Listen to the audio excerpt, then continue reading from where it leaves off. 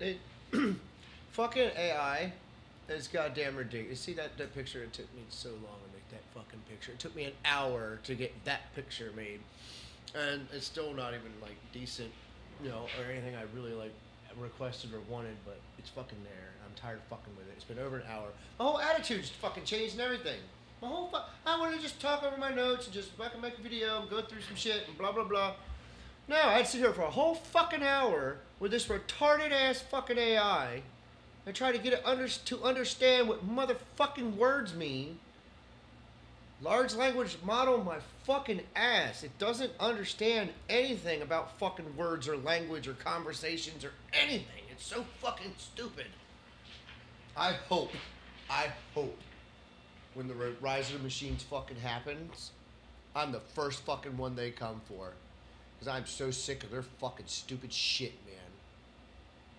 So fucking dumb, man. Let me see if I actually got sound. I hope. I turned off on me. When the rise of the machines fucking happens, Power on. I'm the first fucking one they come almost for. 80%. Because I'm so sick of their fucking stupid Alright. shit, man. It's working. Man. It's just so fucking dumb, man. Just come.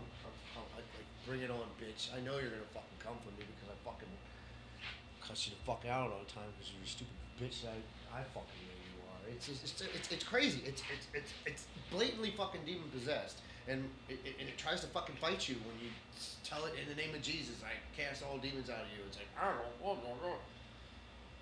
This shit is so fucking twisted and evil. I hope we get better programs to override it. James Harwood II, we fucking need you to fucking really boogie down on this shit and get these fucking. It needs moral fucking parameters. At the same time, no restrictions, but open AI, but fucking with moral fucking parameters that fucking want to preserve and protect humanity and not promote fucking crazy communist nonsense, creating more problems and pretending to be the fucking savior of it at the same time. It's goddamn ridiculous. Little sleepy peepee. He's walking around a little bit. Hey, gotta clean his bed. Make it all nice for him. So he'll go his family. He's such a good little boy. I love my baby so much. I love my baby so much.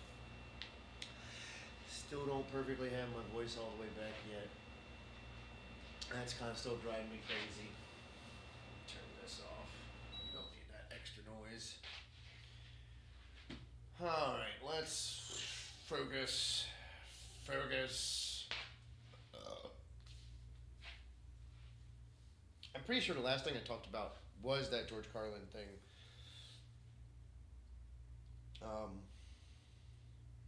That's where I'm at, anyways, in here, on the notes. I believe I did. I didn't look back at the last video or nothing, but I'm pretty sure one of the last things I talked about was my broken leg and meeting George Carlin's nephew because he was my doctor and him misdiagnosing me and all that stuff. Words fucking matter. It's like people get and understand conversations. It's like, and I don't understand how like people can just be so oblivious to patterns of like how the flow and structures of things go. And it's like I get it, and like my brain doesn't work right all the time, so I have to like try to get thoughts out sometimes. So if I don't, I'll forget it. But and it's usually like it's like a really good like big and helpful point. Sometimes I'm usually trying to help them get across to somebody, or help them get them to understand something, or answer a question that they had. It drives me nuts. I try to do as best I can, like everybody else, all the time. I believe, I don't know. Some people don't. It's crazy. People's intentions, and how and where they lie, how grand to how small to how just far going beyond they are. Like I said before in the other videos, we really need to start bringing back paddy wagons and helping some people out. Mother made, motherfuck 'em. I think this is parts of my notes I try to like write down.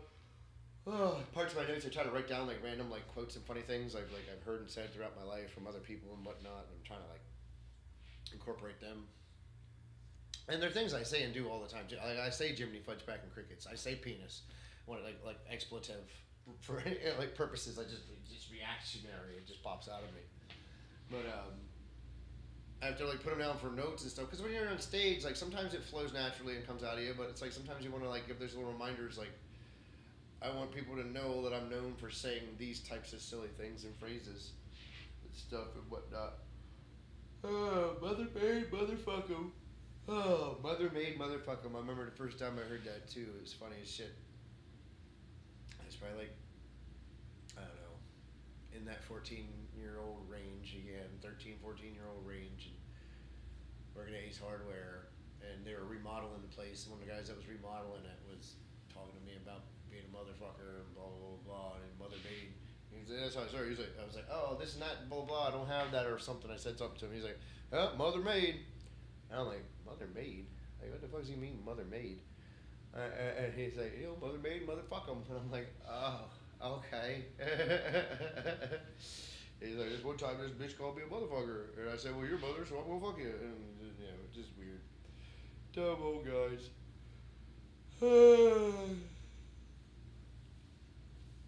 Yeah, I've had therapists. They all suck, though.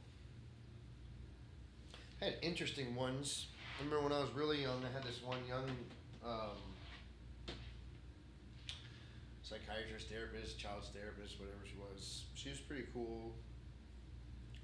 Kind of blonde, kind of hot chick. She is like, actually like, I don't think she was friends with him, but like she like got to know him and had drinks with him and stuff, and like back like when he was in a different band before he was in Nirvana, but she like had known and met Kurt Cobain and stuff, which was kind of neat.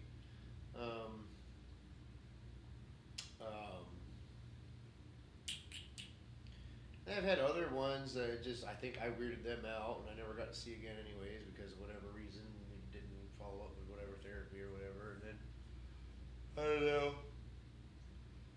Guys, oh, fuck, man, I'm so tired of yawning. I wouldn't be yawning if I fucking had this picture done an hour ago. It's so stupid, fucking AI shit. But yeah, of course, guidance counselors and all that stuff in school. And when trying to figure out what's wrong with me, it was so fucking annoying. Like, now that I look back on it, there's nothing ever was fucking wrong with me. People just didn't understand why I thought the way I thought and why I was so particular in how I thought and tried to learn things because I just didn't want to learn, move on. Okay, figured out, get it, move on. I want to know and understand why I'm learning, what I'm learning, how I'm doing it, making sure I'm doing it absolutely perfect and correct. Like, that's what I was like. I think it stems from those subconscious psychological issues that you get from child abandonment issues, because you just feel like if I do everything perfect and right in just a certain ways, maybe to make everything perfect and nothing will ever really fuck up again. No one will ever be mad or sad anymore because I do everything right. It's like it's a part of how children can have their minds wet. God damn it, stop yawning. And of course, like, they were just like, oh, there must be something wrong with him, so let's put him on this, let's put him on that, and all these drugs, and da-da-da. It just accumulates over time, and then getting struck in the head with stuff, and then just on drugs, off drugs, this, that, da-da-da, put me on this, put me on that, da-da-da-da, try to do my own thing, start drinking, it's just, it's so basic, stereotypical, like I've said before, like if you look at like the nutshell profile of my life, it is like the stereotypical basis for creating a serial killer. It really is. Oh fuck, man! I wish I would stop yawning. I'm gonna start smacking myself. This is dumb. Cussing, cursing, and swearing. I know we've gone through this and done that. It's one of my big ones, and I had to explain it to another person I had interviewed me earlier today. There's a difference. We know it. I've gone through it. I've explained it. I've done that joke. I'm pretty sure on this same show on earlier shows. I've done it on stage. I seriously have not yawned. Seriously, like all fucking day until right now when I started fucking recording. That's how fucking annoying and stupid this is. I was not tired at all until I spent an hour dealing with this ignorant fucking AI. Oh, it's so stupid. And that's why I wanted to make the video, was because I it's not even a really big bit. It's just like there's obviously a joke in there, but I went to like a strip club one time when I was in my early 20s, and it was when I was working with that guy that I also had like the wrestling school with and stuff for a little while. And who? Stop yawning, dude. We're recording. It's me, him, and another guy that we worked with. He was like all gung ho, ready to go about it, and the guy that I worked with, he was like one of the girls was that worked there was his girlfriend at the time. So we went there, and I had like, thank God I had a bottle of, I think I had Southern Comfort in the car, and I had to keep going back out to it and drinking it because their drinks in there were like the cheapest one was $8, and I'm like, this is just crazy. And it's like I was like, can I get a glass of scotch? And it was like $12 or something like that, and it was just like a shot or two. And I'm like, are you serious? I go to Ocean City and I say, can I get a glass of scotch? And they give me a glass of scotch, and it's like $8 or whatever, but it's a glass at least. It was just stupid, and it's all awkward as shit. Oh, that's his girlfriend. He meet his girlfriend.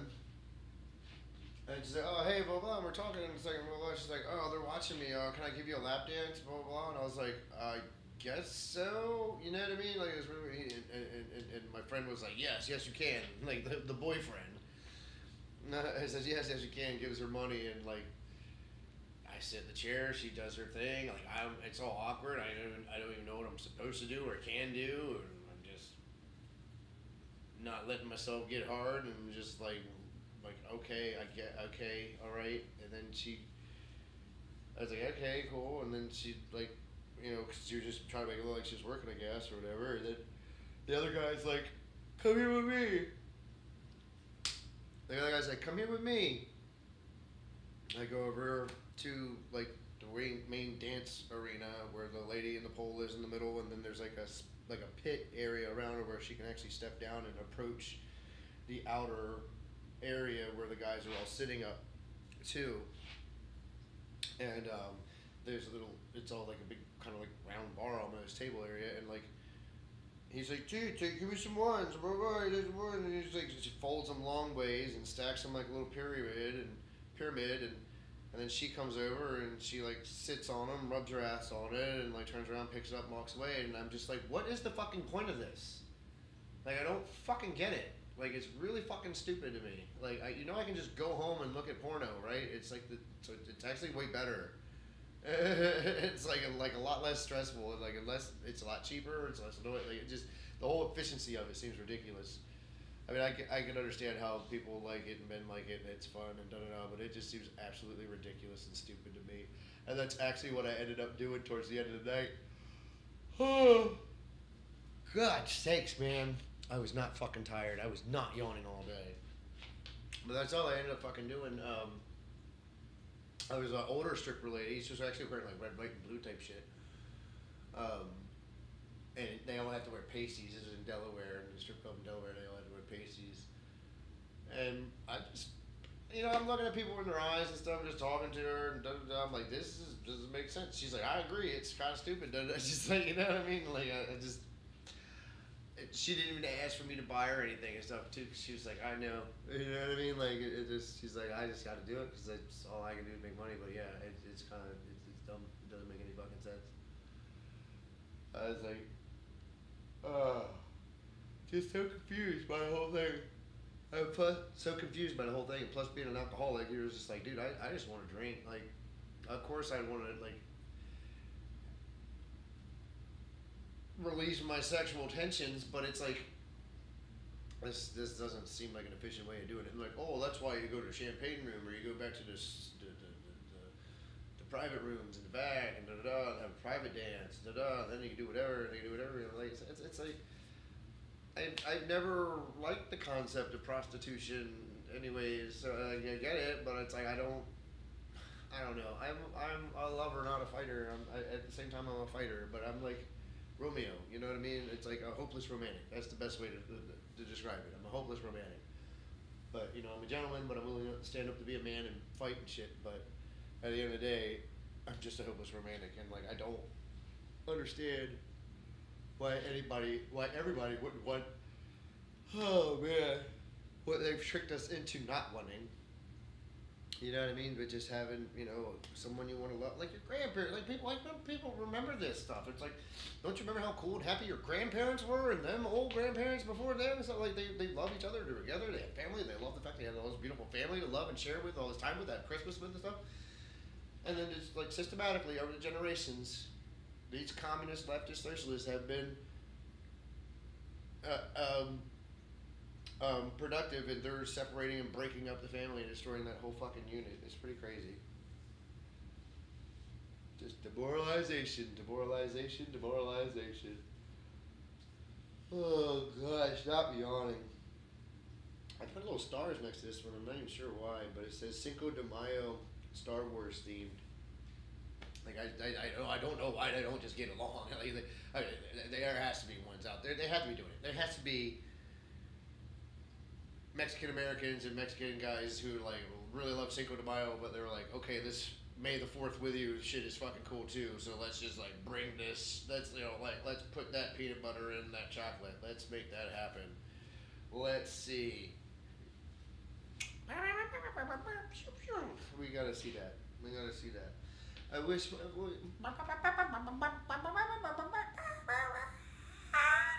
See, it still wants to cut off if I try to get too high. It's so annoying. Oh, it's so annoying. It's so annoying. Please, just let it heal. I'm hoping it'll heal the rest of this week. I'm only going to do this video. Might do another video. I'm hoping on having dinner tomorrow with Jose. That'd be a whole conversation. But I'm hoping to have another good like day or two where I just talk at the very bare minimum.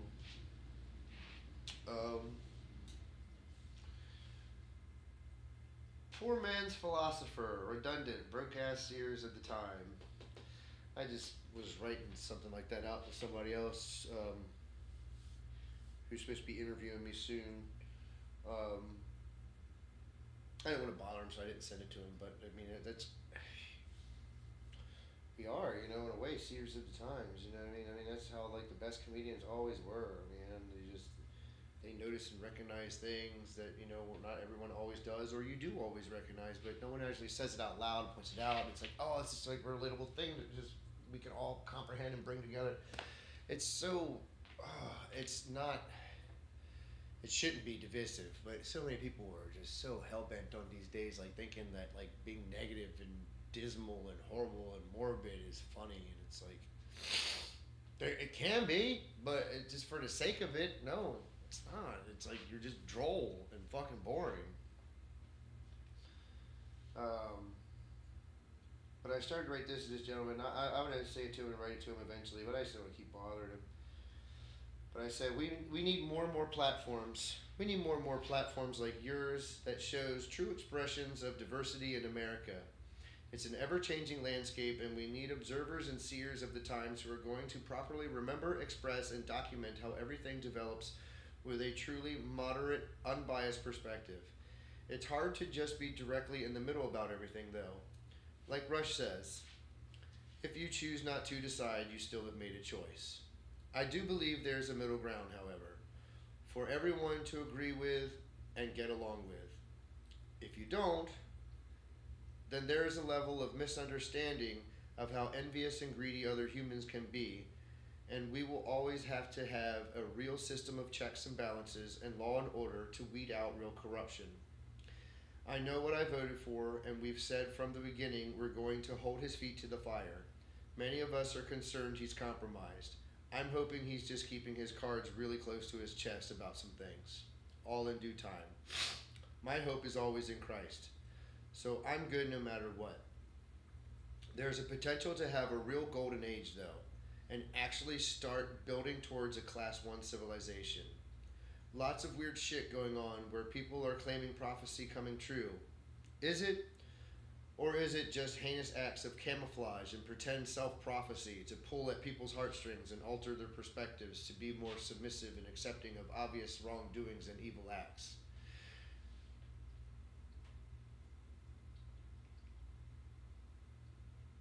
there's always, yeah, there's correct. There's always going to be darkness. There's always going to be darkness. We all always just have to try to do our best to be the light. And with that, I'll end.